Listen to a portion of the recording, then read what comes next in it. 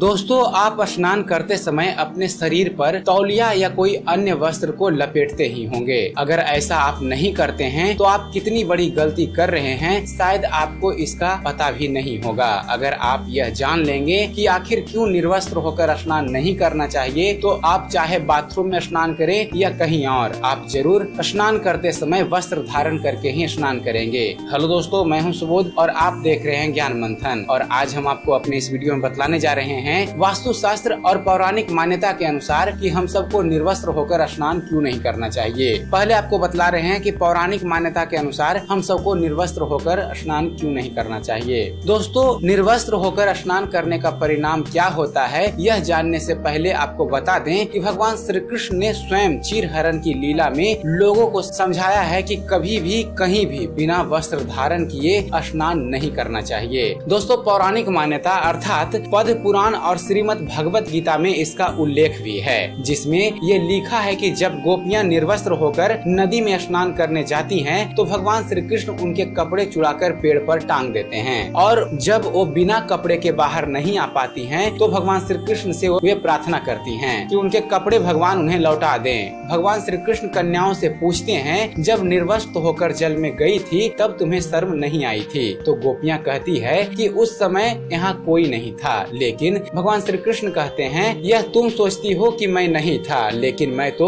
हर पल हर जगह मौजूद होता हूँ। यहाँ आसमान में उड़ते पक्षियों और जमीन पर चलने वाले जीवों ने तुम्हें निर्वस्त्र देखा है। तुम निर्वस्त्र होकर जल में गई तो जल में मौजूद जीवों ने तुम्हें निर्वस्त्र देखा है। और तो और जल में नग्न होकर प्रवेश करने से जल रूप में मौजूद वरुण देव ने भी तुम्हें नग्न देखा है, और यह उनका अपमान है और तुम इसके लिए पाप के भागी हो। वो कहते हैं कि आपकी नग्नता आपको पाप का भोगी बनाती है। यानी भगवान श्री कृष्ण कहते हैं, निर्वस्त्र होकर स्नान करने से वरुण देवता अर्थात जल देव का अपमान होता है। यह सोचना कि बंद कमरे में आप निर्वस्त्र होकर स्नान कर रहे हैं और आपको कोई नहीं देख रहा है, तो आप गलत सोच रहे हैं। वहाँ मौजूद सूक्ष्म जीव और भगवान आपको सदा ही देख रहे हैं और आपकी नग्नता आपको पाप का भागी बना रही है। लेकिन इन सबसे बढ़कर एक और कारण है जो निर्वस्त्र होकर स्नान करने वाले के लिए नुकसानदायक है। दोस्तों, गरुड़ पुराण में बताया गया है कि स्नान करते समय आपके पितर यानी आपके पूर्वज आपके आसपास ही होते हैं और वस्त्रों से गिरने वाले जल को वे ग्रहण करते हैं, जिनसे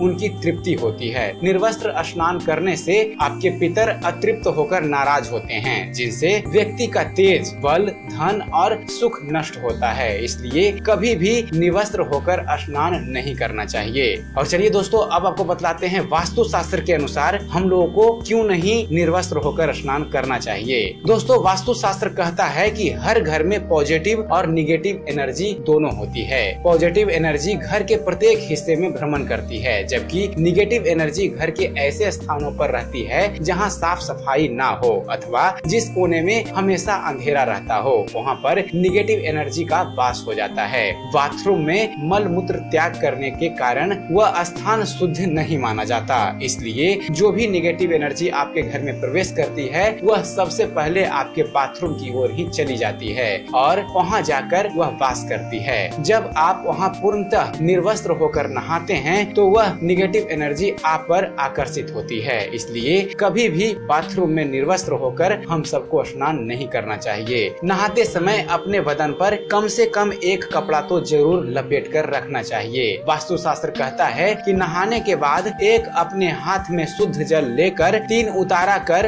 अपने पीछे फेंक देना चाहिए, ताकि आपके साथ निगेटिव एनर्जी घर के अंदर ना जाए।